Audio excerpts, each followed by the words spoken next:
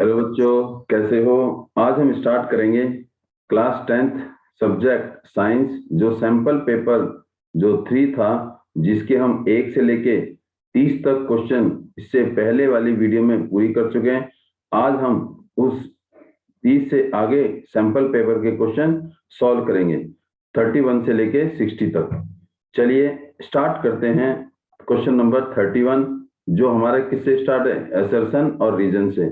Assertion और reason आपको पता होगा कि ऑप्शन ए कैसे लगाते हैं, ऑप्शन बी कैसे लगाते हैं, ऑप्शन सी कैसे लगाते हैं, ऑप्शन डी कैसे लगाते हैं।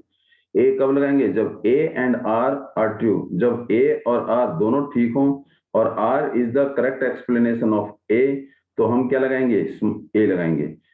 अगर ए और आर दोनों सही हैं एंड आर जो है is not the correct explanation of A, तो हम लगाएंगे बी।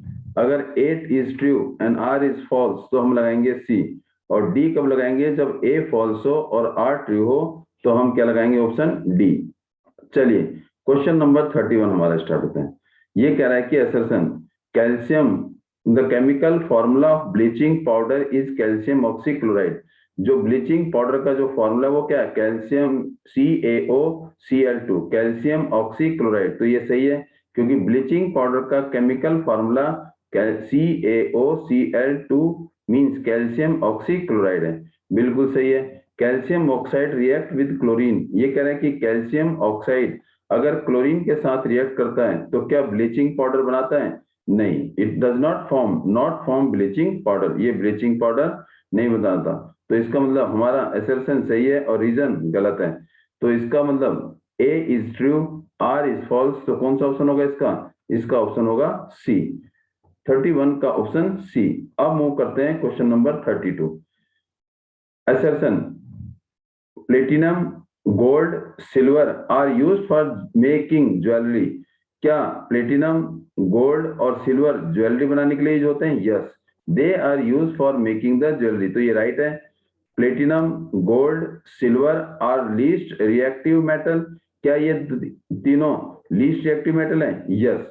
तो इसका मतलब हमारा assertion is correct and reason is correct. अब रीजन क्या, असर्शन का एक्सप्लेनेशन है, देखते हैं कि गोल्ड, प्लेटिनम, सिल्वर जो है ज्वेलरी बनाने के लिए यूज करते हैं, क्यों, क्योंकि वो लीस्ट रिएक्टिव है।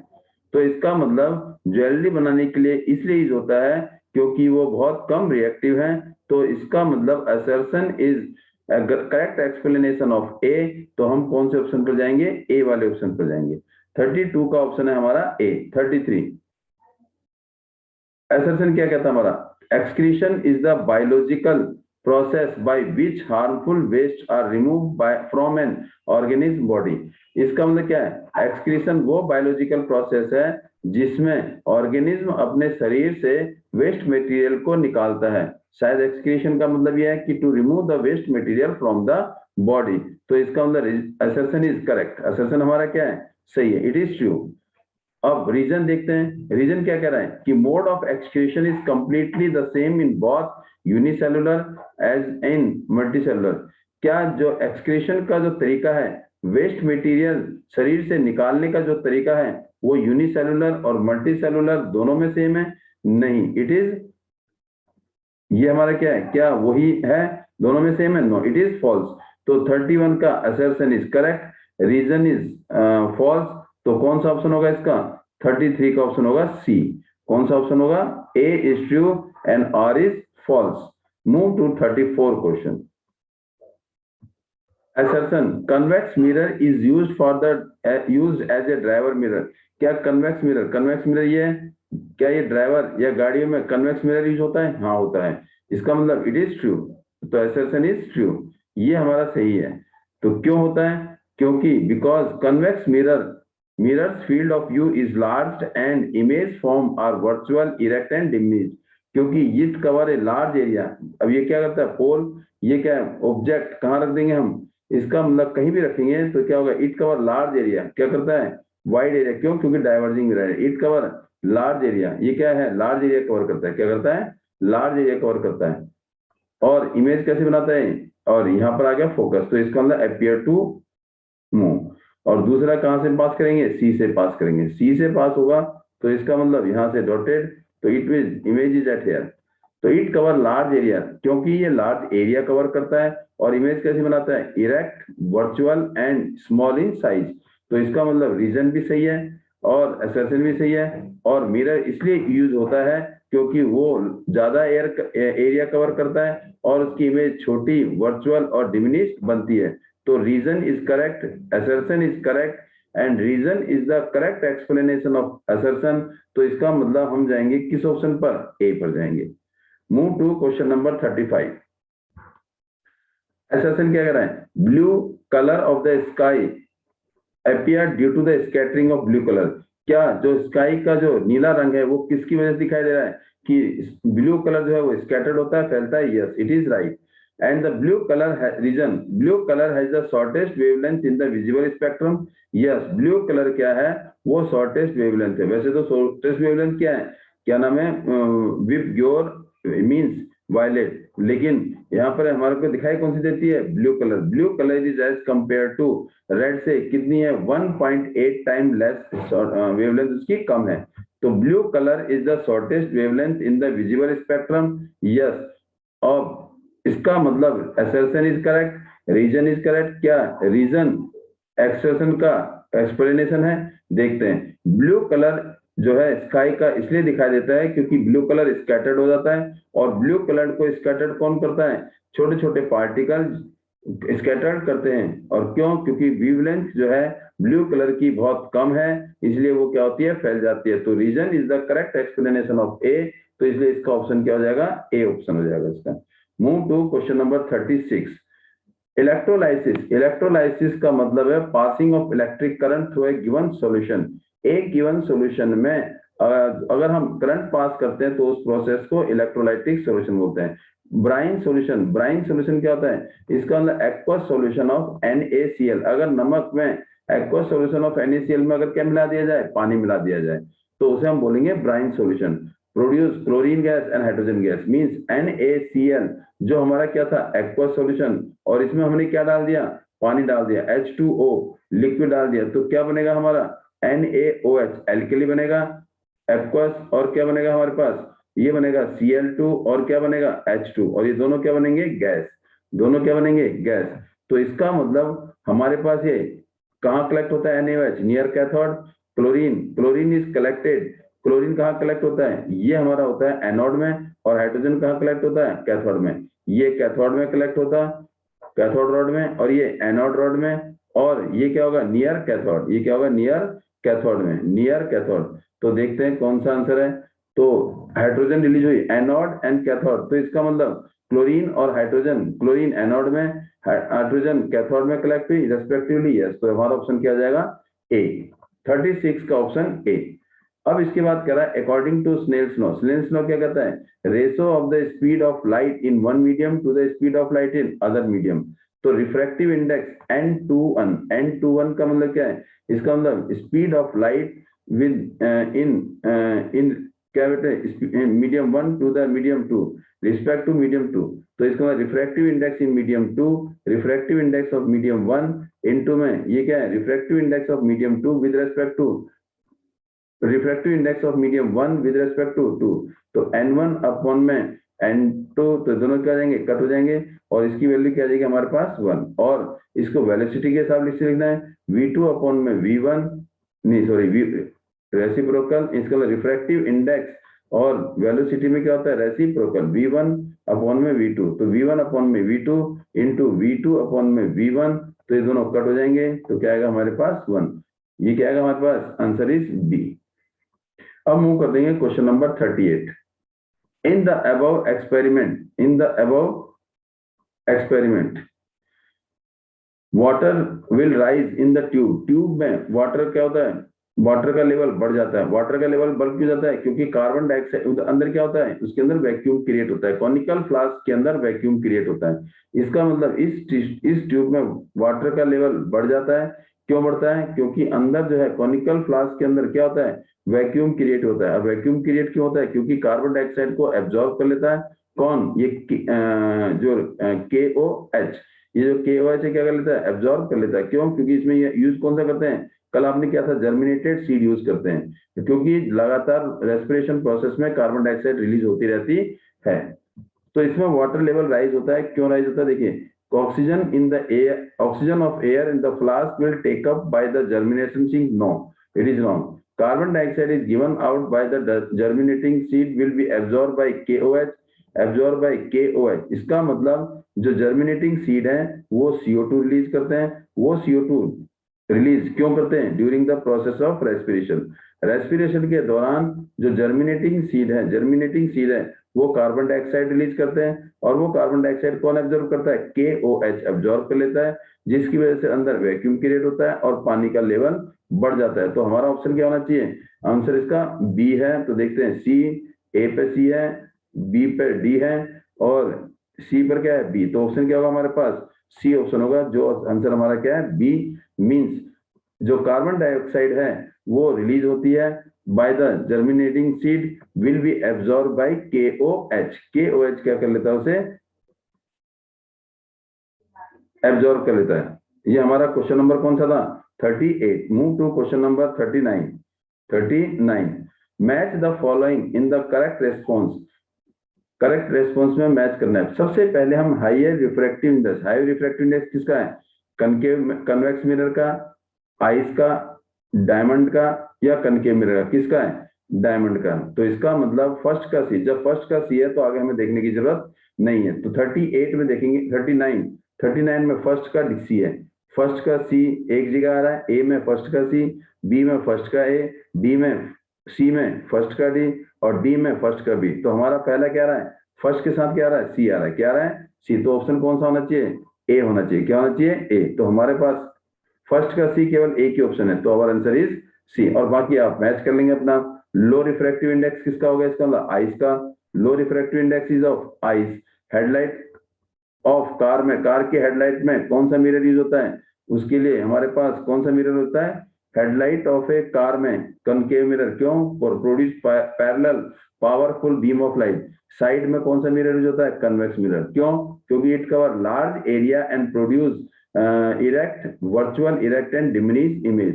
साइड में जो मिरर लगता है वो कौन सा लगता है? Convex mirror. क्यों? क्योंकि इट कवर लार्ज एरिया और जो इमेज बनती है वो कैसी बनती है? Virtual, erect and small in size. Headlight of car में कौन सा मिरर यूज होता है? Concave mirror, because it produce powerful parallel beam of light. High refractive index किसका होता है? डायमंड का। तो हमारा ऑप्शन क्या हो जाएगा? 39 का ऑप्शन होगा हमारा ए। अब मूव करते हैं 40 पर। Under what condition do you think the farmer would spread or treat the soil of his field with quicklime? CaO is the quicklime. इसलिए क्या है? क्विकलाइम का formula CaO, calcium oxide and slake lime. Slake lime ये क्या है? Slake lime नहीं, slake no it is not, it is marble या calcium carbonate.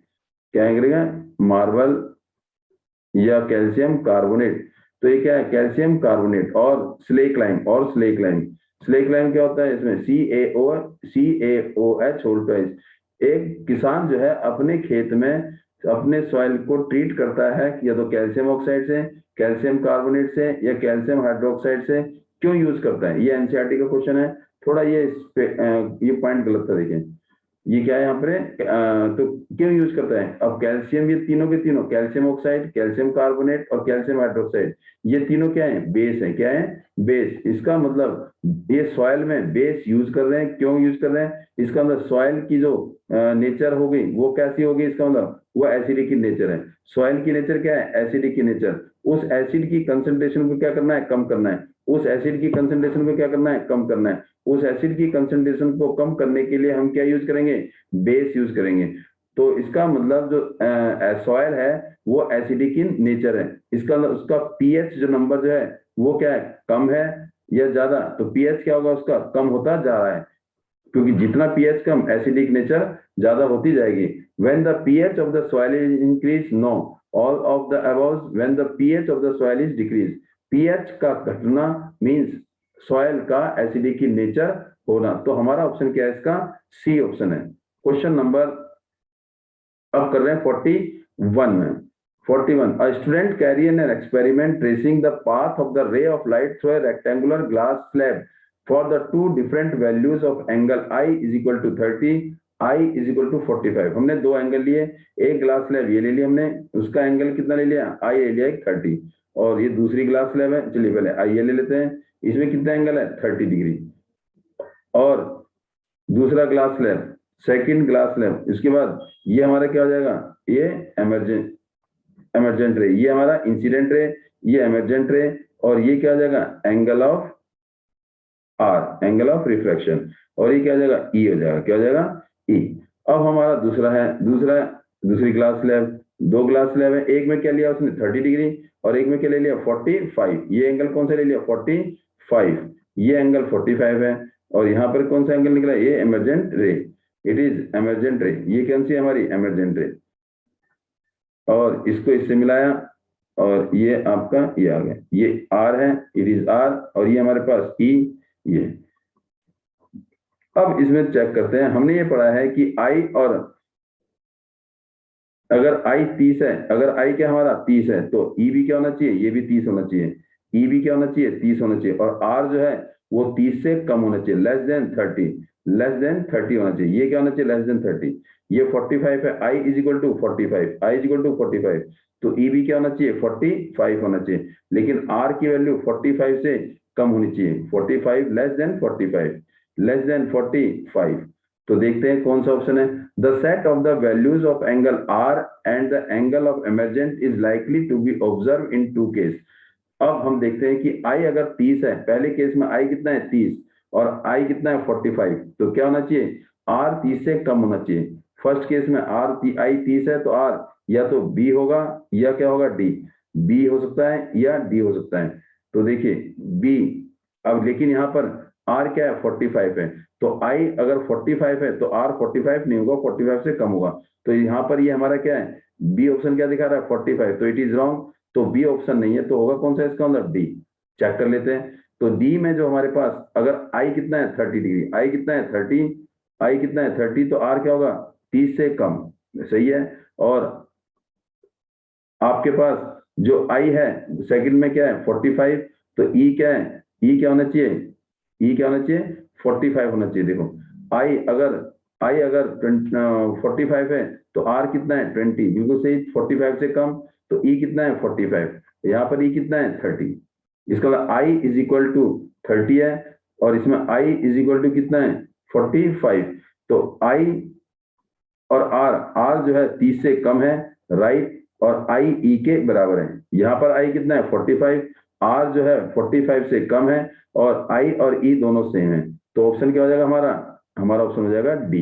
क्यों, क्योंकि आई अगर 30 है तो आर हमारा 30 से कम होगा, और ई और आई दोनों सेम होंगे, तो इसका मतलब फर्स्ट केस में आई अगर 30 है तो आर 20 है और ई 30 है, तो ये आंसर सही है। और सेकंड केस में आई कितना, देखो यहाँ पर आई क्या है 45, सेकंड केस में आई कितना रखा है 45, अगर आई 45 है तो आर क्या होगा 45 से कम, तो कितना है 25, और ई कितना है 45, तो हमारा ऑप्शन क्या हो जाएगा इसमें डी ऑप्शन होगा। अब मूव करते हैं क्वेश्चन नंबर 42 में। Image is form by concave mirror, concave mirror, ये कनकेव मिरर को हम क्या बोलते हैं कन्वर्जिंग मिरर, ये कनकेव मिरर है, इट इज कनकेव मिरर, ये क्या हमारे पास कनकेव मिरर, और ये हमारे पास क्या है principal axis, it is pole, ये क्या है पोल है, और ये क्या है हमारे पास एफ, और ये क्या है सी, ट्वाइस ऑफ, ये क्या है 2f, twice of focal length. Image कैसी होनी चाहिए वर्चुअल, इमेज कैसी हो रही है virtual, erect and larger, virtual, erect और लार्जर, क्योंकि कनकेव मिरर में कितनी इमेज बनती है 6 इमेज बनती है, 6 में से 5 इमेज रियल होती है और एक इमेज कैसी होती है वर्चुअल होती है। और वो वहां पर जब इमेज वर्चुअल बनती है तो ऑब्जेक्ट कहां पर होता है, ऑब्जेक्ट हमेशा पी और एफ के बीच में होता है। जब कनकेव मिरर में वर्चुअल इमेज बनती है, वर्चुअल इरेक्ट एंड एनलार्ज बनती है, तो ऑब्जेक्ट कहां रखा जाता है पी और एफ के बीच में। कैसे, ये ऑब्जेक्ट है हमारा, तो पैरेलल टू प्रिंसिपल एक्सिस, तो किससे पास होगा फोकस से पास होगा, किससे पास होगा it pass through the focus, ये हो गया। और दूसरी रो या तो सी से या पोल से, अगर पोल से करते हैं तो पोल से करेंगे, ये पोल आ गया ये आएगा, तो इसका मतलब ये हमारी क्या होगी सेकेंड रे। तो कहाँ इंटरसेक्ट होंगी, पीछे प्रोड्यूस करने के बाद इंटरसेक्ट होंगे, तो यहां मिल रही है। तो इसका मतलब इमेज कैसी है virtual, erect and larger than the object. कब, जब ऑब्जेक्ट कहां रखा था पी और एफ के बीच में, तो what should be the position of the object between the focus, between the pole and the focus between D option देखो, between the pole of the mirror and the principal focus, तो option is D. तो इसका मतलब पोल और F के बीच में रखा object को, तो इमेज कैसी बनी, virtual, erect and larger than the object. अब मूव करते हैं नेक्स्ट क्वेश्चन, क्वेश्चन नंबर 43। और 43 क्या कहते हैं, name the body part where the anaerobic respiration take place। Anaerobic respiration body part है, तो ईस्ट तो एग्जांपल बताया था एक जैसे है ना, लेकिन हमारा बॉडी पार्ट में रेस्पिरेशन जो क्या होता है, जिसमें एनारोबिक रेस्पिरेशन होता है वो कहाँ होता है हमारा, साइटोप्लाज्म में। किसमें, साइटोप्लाज्म में होता है। किसमें होता है, साइटोप्लाज्म में, क्योंकि इसमें जो 6 मॉलिक्यूल ऑफ कार्बन है, 6 मॉलिक्यूल ऑफ कार्बन वो रिड्यूस होता है 3 मॉलिक्यूल ऑफ कार्बन में रिड्यूस होता है, not completely give us energy. ये साइटोप्लाज्म में ये रिएक्शन होता है। तो एनारोबिक रेस्पिरेशन बॉडी के कौन से पार्ट में होता है, साइटोप्लाज्म में, और एरोबिक रेस्पिरेशन बॉडी के कौन से पार्ट में होता है, माइटोकॉन्ड्रिया में। इसने पूछा है एनारोबिक। अगर ये पूछता है एरोबिक, अगर ये पूछता है एरोबिक रेस्पिरेशन बॉडी के कौन से पार्ट में होता है, तो बॉडी के कौन से सेल में होता है, तो हम लिखते हैं हम इसमें माइटोकॉन्ड्रिया। और यहाँ पर क्या है, anaerobic, it will take place in cytoplasm. Question number 44 पे आ रहे हैं, where should be the object is placed in of a convex lens। convex lens, convex lens को हम क्या बोलते हैं, converging lens ही बोलते हैं। converging lens क्यों बोलते हैं, क्योंकि it converges all the rays, all the parallel rays, principal axis, it will be converge। converge क्या करता है, सारी रेज को converge करता है। ये हमारे पास ऑप्टिकल सेंटर है। क्या है ये, optical centre, it is F, और ये क्या है 2f, और यहाँ पर क्या है 2f1 f1, और ये क्या आ जाएगा f2, और फिर क्या आएगा ये 2f2। अब देखते हैं क्वेश्चन क्या है, व्हाट इज द क्वेश्चन। तो क्वेश्चन पढ़ते हैं, फिर उसके बाद जवाब इसका ढूंढेंगे। तो कह रहा है where the object, where should an object be place in front of a convex lens to get real image of the size of the object. Mean अगर ऑब्जेक्ट को कहाँ रखें कि इमेज की जो ऑब्जेक्ट है और जो इमेज का जो साइज है वो ऑब्जेक्ट के साइज के बराबर होना चाहिए। Mean H I is equal to H O के बराबर, या वी और यू दोनों बराबर होने चाहिए, ताकि इमेज और ऑब्जेक्ट दोनों का साइज बराबर हो। तो ऑब्जेक्ट को कहाँ रखेंगे, शायद ऑब्जेक्ट को हम कहाँ रखते हैं 2f1 पर। अगर ऑब्जेक्ट को 2f1 पर रखेंगे तो क्या होगा, इमेज भी कैसे बनेगी, देखो parallel to principal axis, pass through the focus f2, ये आ गया। अब दूसरी रे क्या होगी, किससे, ऑप्टिकल सेंटर से पास होगी। किससे पास होगी, ऑप्टिकल सेंटर से। तो क्या होगा ये, तो जहां पर ये कहाँ करना चाहिए, ये आएगा। तो इट विल इंटरसेक्ट, जहां पर इंटरसेक्ट है वो इमेज बनी। तो इसका मतलब इमेज कहाँ बनी, 2f2 पर। इसका मतलब जितना ऑब्जेक्ट का साइज है, जितना ऑब्जेक्ट का साइज है उतना ही इमेज का साइज है। तो इसका मतलब ऑब्जेक्ट को कहाँ रखेंगे, एट 2f पर। कहां पर, एट 2f पर रखेंगे। इसका मतलब जब ऑब्जेक्ट को 2f पर रखेंगे तो इमेज का साइज और ऑब्जेक्ट का साइज दोनों क्या होंगे, सेम होंगे। और इमेज कैसी बनेगी, real and inverted and same size of the object. कब, जब ऑब्जेक्ट को कहां रखेंगे, 2f पर रखेंगे, तो इमेज भी 2f पर ही बनेगी। नेक्स्ट क्वेश्चन है 45। To show experimentally that carbon dioxide is given during the respiration. जैसे हमने लिया था जर्मिनेटिंग सीड लिया था, जो आपने प्रैक्टिकल किया था, देखिए प्रैक्टिकल एक एक्टिविटी, जर्मिनेटिंग सीड हमने लिए थे। जर्मिनेटिंग सीड में क्या रिलीज होती है, during the process of respiration it release carbon dioxide. वो कार्बन डाइऑक्साइड को कौन यूज करता है, वो उस कार्बन डाइऑक्साइड को KOH यूज करता है, और जिससे वैक्यूम क्रिएट होता है और पानी का लेवल बढ़ जाता है। तो इसका मतलब KOH एब्जॉर्ब CO2। तो इसका मतलब CO2 is given out, the student must use, क्या यूज करना चाहिए, KOH, और कुछ नहीं है। तो इसका मतलब हमें यूज करना चाहिए पोटेशियम हाइड्रोक्साइड सॉल्यूशन यूज करना चाहिए टेस्ट ट्यूब के अंदर। क्वेश्चन नंबर 45 है। क्वेश्चन नंबर 46 में क्या रहा है, बताइए जरा 46, question number 46। A beam of light, beam means bundle of ray of light, ray of light का बंडल, उसे हम क्या बोलेंगे, बीम। एक समूह, एक रे ऑफ लाइट को कंबाइन कर देंगे। Incident ray through a hole of side A, इसका मतलब ये साइड होल ए है और ये बी है। तो इसका मतलब and emerge out through the hole of the other face of the box, as in A से लाइट एंटर की और दूसरे होल से लाइट निकली, बाहर ही निकली। तो इसका मतलब ये कह रहा है कि इस बॉक्स के अंदर क्या चीज हो सकती है। तो अगर हम देखेंगे, अगर कोई पैरेलल रे है, पैरेलल रे जब किससे टकराएगी, अगर लेंस से टकराती है तो क्या होगा, वो कन्वर्ज करेगा। क्या करेगा, वो कन्वर्ज करेगा और उसके बाद क्या होंगे, ऐसे ले निकलेंगे। क्या निकलेंगे, ऐसे रे। ये तो इसका मतलब ये क्या हो रही है, पहले एक पॉइंट पर आ रही है, उसके बाद ये ऐसे निकल रही है। तो ये कौन सा लेंस है, ये हमारा कौन सा लेंस है, कन्वेक्स लेंस। कौन सा लेंस है, कन्वेक्स लेंस है। कौन सा लेंस है, कन्वेक्स लेंस। इसका मतलब पैरेलल है तो क्या होगा, ये एक पॉइंट पर आएंगी। क्या होंगी, एक पॉइंट पर आ रही है। मीट एट ए फोकस, कहां पर मिलेंगी, फोकस पर, फिर यहां से बाहर की तरफ वो निकलेंगी। तो ये इसका मतलब इस बॉक्स के अंदर कौन सा लेंस है, कन्वेक्स लेंस है। कौन सा लेंस है, convex lens. The convex lens is placed inside the box, जिससे पैरेलल रे किसी एक पॉइंट पर मिल रही है, फिर उसके बाद वहां से वो रेज क्या आ रही है, देखो ये सीधी, ये क्या आ रही है, सीधी एमिट हो रही है। तो इसका मतलब ये parallel to principal axis focus से निकल रही है और ये सीधी आ रही है। Parallel to principal axis focus से निकल रही है, सीधी निकल रही है ना। तो इसका मतलब यहाँ पर क्या है, कन्वेक्स लेंस। तो कन्वेक्स लेंस का ऑप्शन कौन सा हमारा, सी है। नेक्स्ट करेंगे move question number 47। the color that scattered least by teeny particle atom atmosphere, कोई दिक्कत नहीं है। लीस्ट स्कैटर्ड कौन है, लीस्ट स्कैटर्ड कौन सा, रेड कलर। कौन सा है, रेड कलर। ये तो बहुत बारी पढ़ रखा है। Generally question number 48, generally non metal are not conduct electricity. Metal क्या होते हैं, गुड कंडक्टर ऑफ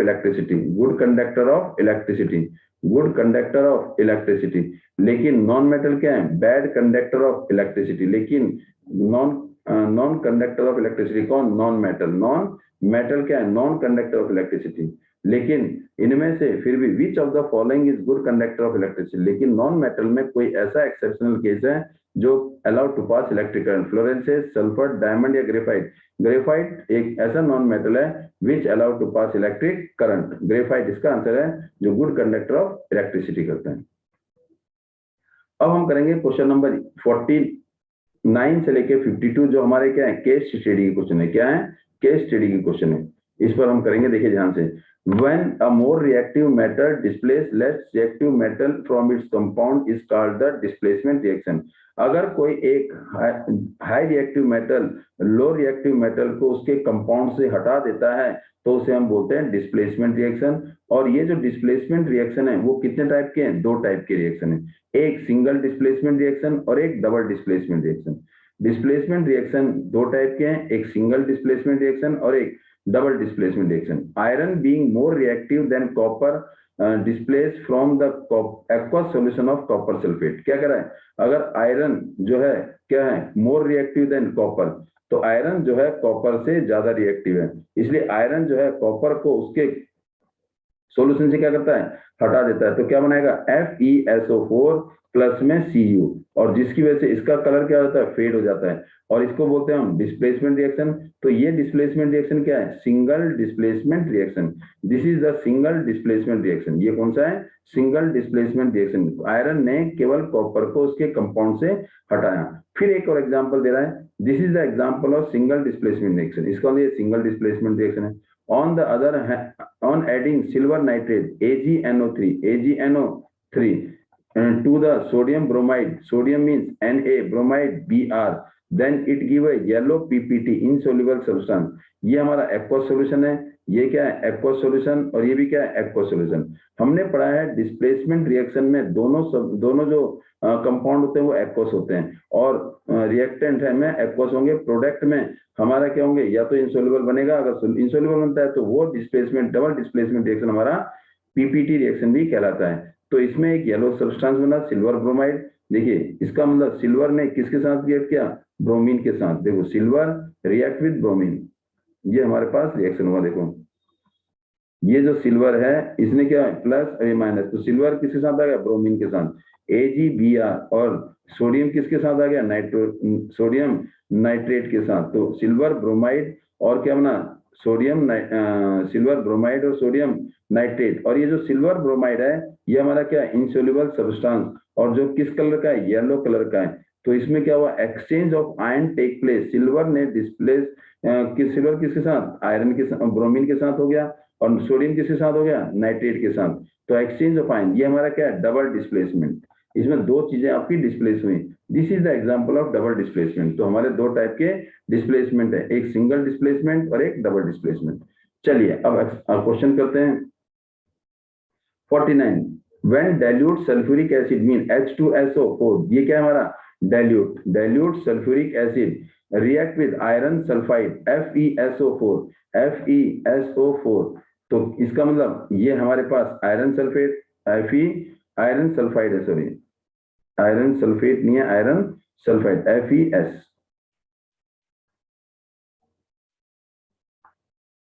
FeS। तो हमारे पास जो कंपाउंड बना वो क्या बनेगा, हमारे पास बन गया FeSO4 प्लस में H2S, हाइड्रोजन एक हाइड्रोजन सल्फाइड बन गया, और क्या आ गया FeSO4 बन गया।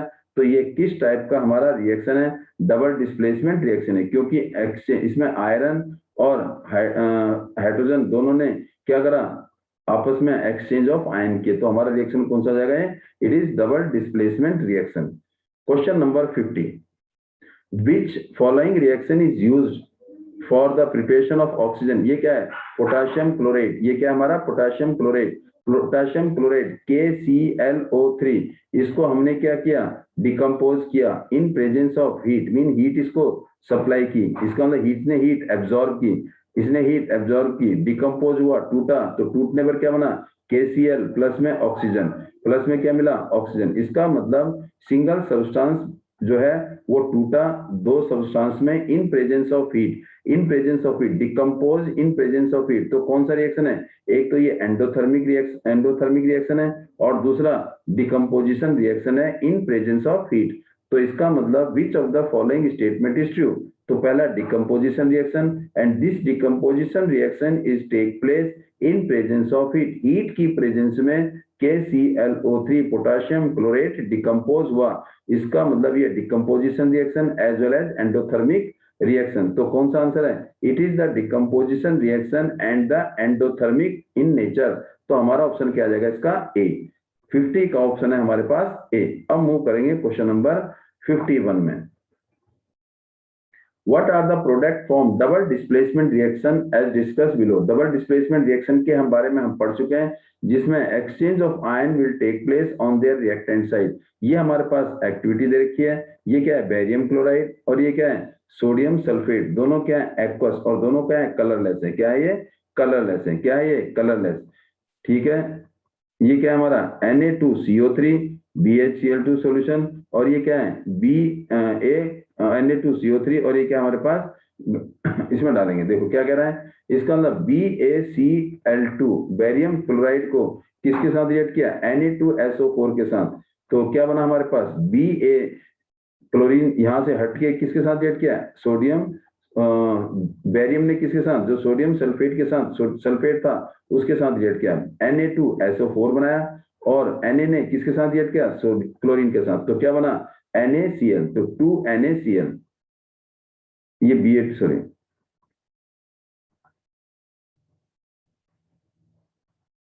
ये बना BaCl2 प्लस में Na2SO4, तो बेरियम आया सल्फेट के साथ, तो बना हमारे पास BaSO4, और प्लस में सोडियम आया हमारा क्लोरीन के साथ NaCl। अब क्या है ये बैलेंस भी कर देते हैं इसे, तो ऐसे आपको करना चाहिए था, बेरियम 1 SO4 1 सोडियम, ये हमारे पास क्या हो गया बैलेंस हो गया, इट इज बैलेंस। तो हमारे पास जो प्रोडक्ट बना वो बेरियम सल्फेट बना, और क्या बना sodium chloride double displacement reaction. तो हमारे पास क्या बना डबल डिस्प्लेसमेंट रिएक्शन हुआ ये। तो डबल डिस्प्लेसमेंट रिएक्शन में कौन कौन से कंपाउंड बने, बेरियम सल्फेट और सोडियम क्लोराइड, बेरियम सल्फेट ये रहा barium sulphate, B barium sulphate and sodium chloride, answer is B barium sulphate and sodium chloride. तो ऑप्शन क्या है हमारे पास बी, और ये हमारा कौन सा रिएक्शन है, डबल डिस्प्लेसमेंट रिएक्शन है। अब मूव करेंगे क्वेश्चन नंबर 52 में। Which of the following displace aluminium from its salt? कौन सा एलिमेंट एल्युमिनियम को उसके सॉल्ट से अलग कर देगा, इसका मतलब एल्युमिनियम को उसके सॉल्ट से वही एलिमेंट या डिस्प्लेस करेगा जो एल्युमिनियम से ज्यादा रिएक्टिव है। और रिएक्टिविटी सीरीज में क्या होती है, जैसे मैंने आपको बताया था, पोटाशियम कटरीना ने कार मांगी मींस Mg, कौन सी कटरीना ने कार मांगी, ऑल्टो जैन फरारी, तो कटरीना के ने कार मांगी ऑल्टो जैन फरारी, तो किसको डिस्प्लेस करना है, एल्युमिनियम को डिस्प्लेस करना है। तो एल्युमिनियम को कौन डिस्प्लेस करेगा, या तो मैग्नीशियम यह कौन डिस्प्लेस करेगा? कैल्शियम। यह कौन डिस्प्लेस करेगा? सोडियम। यह कौन डिस्प्लेस करेगा? पोटेशियम। अब इनमें से जो भी एलिमेंट है वो एल्यूमिनियम को डिस्प्लेस कर देगा। तो निकिल है? नहीं है। कैल्शियम है? यस, कैल्शियम डिस्प्लेस कर देगा। आयरन नीचे है। जिंक भी एल्यूमिनियम से कम रिएक्टिव है। तो कौन? Calcium displace aluminium from its salt solution. चलो एक एग्जांपल कर लेते हैं। Ca plus Al2SO4 whole thrice sodium aluminium sulphate. तो ये क्या करेगा? एल्यूमिनियम को हटा देगा। CaSO4 प्लस में Al3 AS ये आएगा AlCl3 Al नहीं Al अलग हो जाएगा। Al एल्यूमिनियम को क्या कर देगा? और डिस्प्लेस कर देगा। क्लोरीन तो इसमें नहीं, तो हमारा ये बन जाएगा। अब बैलेंस कर देंगे इसे। बैलेंस हमको कर दे, आप प्रैक्टिस खुद करने की करो बैलेंस की। एल्यूमिनियम 2, एल्यूमिनियम यहाँ पर 2, तो एल्यूमिनियम 2 गए। कैल्शियम यहाँ पर सल्फेट 3 है और कैल्शियम 3, तो 3 आ गया। एल्यूमिनियम यहाँ पर 2, इट इज बैलेंस। तो इसका मतलब कैल्शियम डिस्प्लेस कर देगा एल्यूमिनियम को फ्रॉम इट्स सॉल्ट सॉल्यूशन से। तो ऑप्शन क्या हमारे पास? 52 का B. Move to question number 53 to 56। ये हमारा 53, 54, 55, 56 4 क्वेश्चन इसके हैं। तो ये हमारे क्या है? इसको हम करेंगे। ये हमारा क्या है? केस स्टडी का क्वेश्चन। चलिए पढ़ते हैं। तो Leena is of class 10th girl actively participating in green school programme. School में ग्रीन मतलब ग्रीनरी का मतलब एनवायरनमेंट को बचाने का कोई प्रोग्राम होगा। तो she planted some tree and she need to know observe how the plant grow for preparing their own food. जब वो प्लांटेड सम ट्री, उसने क्या लगाने थे? कुछ पेड़ लगाने थे। और पेड़ लगाने के लिए उसने कुछ जानना था कि पेड़ कैसे बड़ा होता है और कैसे अपना भोजन बनाता है। She placed potted plant in her room. उसने अपने कमरे में कुछ प्लांट को क्या कर दिया? पोटेड प्लांट लगा दिए गमले में। ऑब्जर्व आफ्टर 3 और 4 week and that leave pale yellow instead of green colour. वो कैसे हो गए? पीले रंग के हो गए, ना कि किससे हटकर? रेड से छूट गए। She realise her mistake and kept the plant back in sunlight. उसने क्या करा? उसने अपनी गलती का एहसास किया और उस प्लांट को जो अलग कमरे में रखे थे उसको कहाँ रख दिया? बाहर धूप में रख दिया। और the diagram arrangement cell inside the leaf. तो बाहर रख दिया। इसका मतलब जो प्लांट है वो क्या होगा? इन प्रेजेंस ऑफ सनलाइट ही खाना बनाता है। इसका मतलब ये हुआ। तो which of the following which cell normally contain chloroplast. कौन सा क्लोरोप्लास्ट? इसमें बताना है कि 1, 2, 3 या 4 में कौन सा क्लोरोप्लास्ट होता है। क्लोरोप्लास्ट हमारे क्या होते हैं? अब ये एनसीईआरटी के में डायग्राम है, जरा इसे ध्यान से देख लेना एक बारी एनसीईआरटी का डायग्राम। तो क्लोरोप्लास्ट वो सेल ऑर्गेनिला है जिसमें क्लोरोफिल या ग्रीन पिगमेंट होता है, जो हमारा क्या होता है? Site of photosynthesis. Site of photosynthesis is chloroplast. Site of photosynthesis is chloroplast. तो क्लोरोप्लास्ट कहाँ कहाँ होता है हमारा? क्लोरोप्लास्ट हमारा होता है कहाँ पर? इस वाले पोर्शन में होता है। और कहाँ पर होता है? यहाँ पर होता है। आप डायग्राम में एक बारी देख लेना। तो आंसर क्या होगा? 2 एंड 4। ये हमारा 53 का डी है। 54 photosynthesis which substance are used of. Photosynthesis process क्या होता है? 6CO2 प्लस में 6H2O या 12H2O transpiration process in presence of sunlight और in presence of sunlight and chlorophyll. Sunlight and chlorophyll and क्या बन देता है? C6H12O6 प्लस में 6O2 और प्लस में 6H2O। ये प्रोसेस क्या है? ट्रांसपिरेशन। और ये क्या होता है? एयर में एवोपरेट हो जाता है। तो इसने कहा है कि कुछ विच आर प्रोड्यूस, कुछ यूज होते हैं और कुछ क्या होते हैं? Which are produce. यूज कौन कौन से हो गए? ये यूज हो गया, ये भी क्या हो गया? Used up. और ये क्या हो गया? प्रोड्यूस। और ये क्या हो गया? प्रोड्यूस। और ये क्या हो गया? प्रोड्यूस। 3 प्रोड्यूस हो गए और 1 यूज अप हो गया। और ये जो हैं and which are necessary but remain unchange after direction. ये सनलाइट और क्लोरोफिल जो बहुत जरूरी हैं फॉर द फोटोसिंथेसिस। और इसका मतलब ना तो ये क्या होंगे? केवल ये केवल क्या नाम है? रिएक्शन को पूरा करते हैं। और ये क्या होंगे? Remain same, no change. ये चेंज नहीं होते। तो इसका मतलब रिमेन सेम मीन्स अनचेंज। तो अब कौन सा है? कार्बन डाइऑक्साइड यूज अप होता है। हाँ जी, कार्बन डाइऑक्साइड अभी वाला देख लेते हैं। कार्बन डाइऑक्साइड यूज होता है। वाटर प्रोड्यूस होता है। वाटर प्रोड्यूस होता है। तो ऑक्सीजन रिमेन होता है। Oxygen not remain. तो इट इज रॉन्ग। लेकिन ये वाटर कब प्रोड्यूस होता है? जब ट्रांसपिरेशन प्रोसेस हो। अगर ये 12 मॉलिक्यूल के बदले क्या हो? 6 मॉलिक्यूल ऑफ वाटर, तब वाटर प्रोड्यूस नहीं होगा। कैसे? 6CO2 प्लस में 6H2O। तो क्या बना था हमारा? C6H12O6 प्लस में 6O टू, तो ये क्या आएगा सनलाइट एंड क्लोरोफिल, तब हमारा वाटर प्रोड्यूस नहीं होता। वाटर केवल वन जब प्लांट एक्सिस मात्रा में पानी यूज कर लेता है तब वाटर प्रोड्यूस होता है। तो अगर हम ट्रांसपिरेशन प्रोसेस में लेते हैं तो वाटर प्रोड्यूस होगा, लेकिन ऑक्सीजन रिमेन सेम नहीं रहती। ऑक्सीजन क्या होती है प्रोडक्ट में रिलीज होता है, तो इसका मतलब हमारा ये गलत है, फर्स्ट इज रॉन्ग। दूसरा क्लोरोफिल यूज अप होता है, नो। ऑक्सीजन यूज अप होता है, नो, ये भी नहीं है, ये भी नहीं है, और ऑक्सीजन यूज होता नहीं है। वाटर यूज अप होता है, यस, वाटर यूज होता है, और प्रोड्यूस क्या होता है, वाटर से क्या मिलता है हमारे को, ऑक्सीजन मिलता है। ऑक्सीजन हमें किससे मिलता है, वाटर जब स्प्लिट होता है, वाटर जब टूटता है तो हमें क्या मिलता है, हाइड्रोजन एंड ऑक्सीजन, दो प्रोडक्ट मिलते हैं। वाटर ब्रेकअप होने पर, स्प्लिट होने पर हमें हाइड्रोजन और ऑक्सीजन मिलता है। तो इसका मतलब water used up, oxygen produce और क्लोरोफिल रिमेन सेम होता है। तो हमारा ऑप्शन क्या हो जाएगा, फोर्थ ऑप्शन होगा। तो इसका मतलब ऑप्शन फोर, तो ऑप्शन क्या हमारे पास, सी। ऑप्शन क्या हमारे पास, C. And now move to question number 55। 55 question क्या कहता है, देखिए, the following show the effect of light intensity on the rate of photosynthesis, which of the effect of light, इसका मतलब इंटेंसिटी ऑफ लाइट हमारे फोटोसिंथेसिस प्रोसेस के rate को क्या करती है, चेंज करती है। क्या करती है, चेंज करती है। मींस अगर टेम्परेचर और लाइट ज्यादा होगी, if the intensity of light is more, अगर इंटेंसिटी ऑफ लाइट ज्यादा है तो रेट ऑफ फोटोसिंथेसिस प्रोसेस भी क्या होगा, ज्यादा होगा। लेकिन एक लिमिट स्टेज पर पहुंचने पर लाइट जो है हमारे फोटोसिंथेसिस के प्रोसेस को बढ़ाती नहीं है, वो कांस्टेंट हो जाती है। एक निश्चित टाइम के बाद उसका रेट ऑफ फोटोसिंथेसिस क्या होता है, कांस्टेंट हो जाता है। तो उसने कहा है कि इफेक्ट ऑफ लाइट, तो इसका मतलब जैसे जैसे हम ये बढ़ रहे हैं ए से बी, तो रेट ऑफ फोटोसिंथेसिस, देखो ये हमारी लाइट की इंटेंसिटी है, लाइट की इंटेंसिटी बढ़ रही है तो रेट ऑफ फोटोसिंथेसिस भी बढ़ रहा है। लेकिन एक स्टेज के आने के बाद, बी के बाद, जो फोटोसिंथेसिस का जो प्रोसेस है, रेट है, वो कांस्टेंट है, बढ़ नहीं रहा है। तो इसका मतलब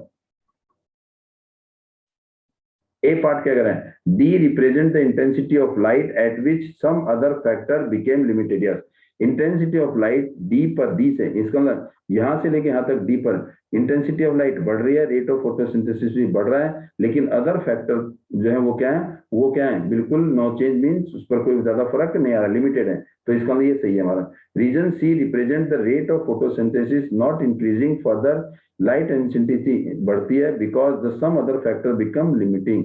तो इसका मतलब रीजन सी ये रहा, रीजन सी पर जो हमारे लाइट की इंटेंसिटी तो बढ़ रही है, लेकिन रेट ऑफ फोटोसिंथेसिस क्या है, कांस्टेंट है। इंटेंसिटी ऑफ लाइट बढ़ रही है, लेकिन रेट ऑफ फोटोसिंथेसिस कांस्टेंट है, क्योंकि अदर जो फैक्टर हैं वो क्या है, लिमिटेड है, सेम है, नो चेंज। तो इसका मतलब एक लिमिट इंटेंसिटी के बाद फोटोसिंथेसिस प्रोसेस कांस्टेंट हो जाता है। इसका ये भी सही है। तो ऑल ऑफ दिस, उससे पहले हम ये डी पढ़ लेते हैं। Light is the limiting factor in the region A. Yes, light क्या है, एक फैक्टर है ही रेट ऑफ फोटोसिंथेसिस को बढ़ाने का। तो इसका मतलब सी भी सही है और डी भी सही है। तो इसका मतलब ऑल ऑफ दिस कौन से हैं, ऑल ऑफ दिस। तो आंसर क्या आएगा इसका, 55 का ऑप्शन है हमारे पास सी। तीनों के तीनों फैक्टर हमारे सही है। मूव करेंगे question number 56। At what point the optimum temperature reach, इसका ये टेम्परेचर है, एक्स एक्सिस में टेम्परेचर, रेट ऑफ फोटोसिंथेसिस।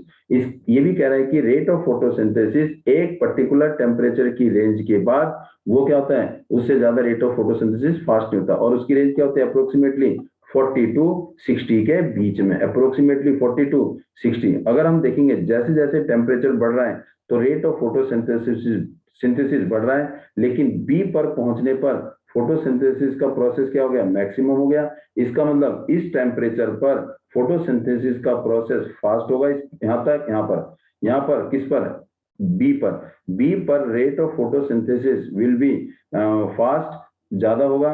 और वो हमारा क्या कहलाएगा, maximum temperature which require to perform the maximum rate of photosynthesis. तो वो क्या होगा हमारा पर बी पर हमारा वो टेम्परेचर है जिसमें ऑप्टिमम टेम्परेचर मेंटेन करेगा for the maximum rate of photosynthesis के। तो रीजन क्या होगा हमारे पास, पॉइंट बी। तो आंसर क्या आएगा 56 का, बी। अब मूव करेंगे क्वेश्चन नंबर 57 से लेके 60 तक। ये भी क्या हमारा केस स्टडी। अब केस स्टडी के क्वेश्चन हमारे 3 थे, अब जिसमें 2 केस स्टडी है। ये मैंने स्टूडेंट लिख दिया, केस स्टडी। एक मिनट, अब मूव करेंगे हम केस स्टडी नंबर 3 पर। ये क्या कह रहा है, केस स्टडी 3, तीसरी केस स्टडी क्या कह रहा है, इसे पढ़ते हैं।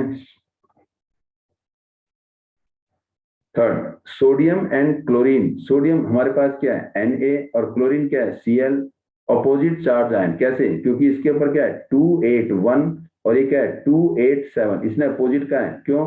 क्योंकि ये इलेक्ट्रॉन लूज करेगा, जब ये इलेक्ट्रॉन लूज करेगा इसके ऊपर पॉजिटिव चार्ज, और ये एक सेल इसका कम हो जाएगा। क्लोरीन इसने क्या करा, एक इलेक्ट्रॉन गेन कर लिया, लेकिन इसके सेल क्या रहे, सेम रहे, लेकिन इसके ऊपर सोडियम के ऊपर चार्ज आ गया पॉजिटिव, क्लोरीन के ऊपर आ गया नेगेटिव, दोनों के बीच में रिएक्शन होगा तो क्या होगा, पॉजिटिव और नेगेटिव आपस में मिलेंगे, रिएक्शन होगा तो क्या बनाएगा, एक कंपाउंड बनाएगा सोडियम क्लोराइड। तो in which the sodium atom form ionic compound, क्या बना रहा है, इसका मतलब sodium and chlorine are opposite ions and attached each other to form an ionic compound। Sodium और पोटेशियम, सोडियम Na और पोटेशियम नहीं सॉरी क्लोरीन Cl माइनस, दोनों क्या है, अपोजिट आयंस है, एक पॉजिटिव और एक नेगेटिव, और दोनों को आपस में क्या कर दिया, कंबाइन कर दिया। क्या कर दिया, कंबाइन कर दिया, अटैच टू ईच अदर, और क्या बना दिया, एक आयनिक कंपाउंड। तो दोनों को अटैच कर दिया तो क्या बन गया NaCl, ये क्या बन गया मेरा आयनिक कंपाउंड। और आयनिक कंपाउंड हमने मेटल एंड नॉन मेटल में पढ़ा है। Ionic compound is form by the transfer of electron. कैसे बनता है, bye transfer of electron. Transfer of electron, जब ट्रांसफर ऑफ इलेक्ट्रॉन से बन रहा है और इनके बीच में जो फोर्स ऑफ अट्रैक्शन है वो क्या होता है, काफी स्ट्रांग होता है। और उनके बीच में फोर्स ऑफ अट्रैक्शन कौन सा स्ट्रांग होता है, चार्ज के बीच में। कौन सा, ये विदिन द एटम तो है, लेकिन चार्ज मीन पॉजिटिव और नेगेटिव, जिसे हम क्या बोलेंगे, force of attraction between their charge, उसको हम क्या बोलेंगे, electrostatic force of attraction. Electrostatic force of attraction is the force of attraction between the charge of the particle of an atom, उसे बोलेंगे इलेक्ट्रोस्टैटिक फोर्स ऑफ अट्रैक्शन। इसका मतलब sodium हमारा plus charge, chlorine हमारा नेगेटिव चार्ज, दोनों को आपस में कंबाइन कर दिया तो एक कंपाउंड बन गया NaCl। उस कंपाउंड का नाम है आयनिक कंपाउंड। और ये जो आयनिक कंपाउंड बना है ये कैसे बना है, बाय ट्रांसफर ऑफ इलेक्ट्रॉन, और ट्रांसफर ऑफ इलेक्ट्रॉन से बना है। और दूसरा, ये जो आयनिक कंपाउंड है ये क्या काफी स्ट्रॉन्ग है। स्ट्रॉन्ग किसकी वजह से, due to the electrostatic force of attraction between their charge particle. तो अगला पॉइंट क्या कह रहा है, in which the sodium atom has one electron on the outermost shell M। देखो ये पहला K और ये L और ये M, इसका मतलब सोडियम के आउटरमोस्ट सेल M में एक इलेक्ट्रॉन है, और एंड नाउ L सेल, और इसने एक electron, and it lose one electron, and now L shell, एक इलेक्ट्रॉन लूज कर दिया तो क्या हो गया, K और ये L सेल मिल गया और वो स्टेबल हो गया। क्यों स्टेबल हो गया, क्योंकि आखिरी में कितने इलेक्ट्रॉन है, 8। जिसके आउटर मोस्ट सेल में, जिस एटम के, जिस एलिमेंट के आउटर मोस्ट सेल में 8 इलेक्ट्रॉन हो वो स्टेबल कहलाता है, एंड उसका ऑक्टेट पूरा हो जाता है, एंड स्टेबल ऑक्टेट 8 पूरे हो गए। While the chlorine gain 1 electron to attain a stable configuration. इसके क्या थे 287 KLM, इसके पास आउटर मोस्ट सेल में कितने इलेक्ट्रॉन है, 7। इसने एक इलेक्ट्रॉन गेन किया, तो गेन करने के बाद इसके ऊपर चार्ज कौन सा आ गया, नेगेटिव आ गया, और इसका L सेल भी क्या हो गया, स्टेबल हो गया, और इसने अपना ऑक्टेट पूरा कर लिया। बोथ कंबाइन टू फॉर्म, दोनों को कंबाइन किया तो क्या बनाया, NaCl बना दिया। दोनों को कंबाइन किया तो क्या बनाया, NaCl बना दिया। क्या बना दिया, NaCl। दोनों को कंबाइन किया तो क्या बनाया, NaCl बना दिया। और ये क्या है, ionic compound, have high melting and boiling point. इसका मेल्टिंग पॉइंट और बॉइलिंग पॉइंट हाई क्यों है, क्योंकि इनके बीच में स्ट्रॉन्ग फोर्स ऑफ अट्रैक्शन है। उस स्ट्रॉन्ग फोर्स ऑफ अट्रैक्शन को तोड़ने के लिए क्या चाहिए, ज्यादा टेम्परेचर चाहिए और ज्यादा हीट चाहिए, इसलिए इनका मेल्टिंग और बॉइलिंग पॉइंट ज्यादा है। इसलिए सॉलिड फॉर्म में कभी भी आयंस प्रोड्यूस नहीं करते। ये आयंस प्रोड्यूस कब करेंगे, या तो एक्वस फॉर्म में या मोल्टन फॉर्म में, या तो मोल्टन फॉर्म में या एक्वस फॉर्म में they produce ions and conduct electricity. Water, अब इसका मतलब question first 57, ionic compound are held together by, ionic compound एक दूसरे से टुगेदर जुड़े हुए किसकी वजह से, इलेक्ट्रोस्टैटिक, बताया भी आपने, देखिए van der Waals force, hydrogen bond, dipole dipole, हाँ strong electrostatic force of attraction. कौन सा, डी। मूव करेंगे question number 58, ionic compound means, ionic compound are form by transfer of electron. अभी आपने बताया बाय ट्रांसफर ऑफ इलेक्ट्रॉन, तो कौन सा है, शेयरिंग होता है, no. Sharing of electron, no. None of this, no. Transfer of electron, D transfer of electron. By transfer of electron से क्या होता है, आयनिक कंपाउंड बनता है। अब हम कर लेंगे question number 59। Ionic compound conduct electricity in molten state. Ionic compound जो है, आयनिक कंपाउंड NaCl, ये क्या करता है, allowed to pass electric current, allowed to pass electric current in molten state या aqueous स्टेट में। क्यों?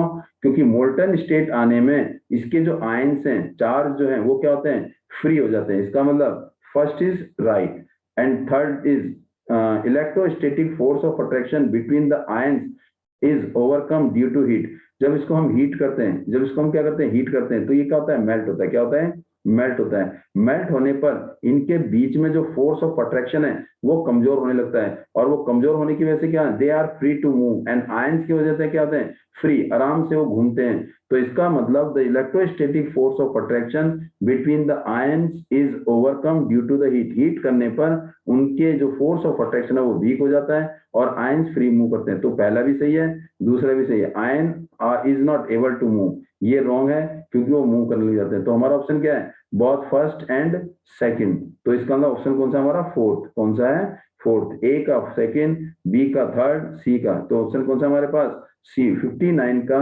हमारा ऑप्शन है C. And move to question number 16। Atomic number of an element. एक एलिमेंट Y है जिसका एटॉमिक नंबर क्या है, 17।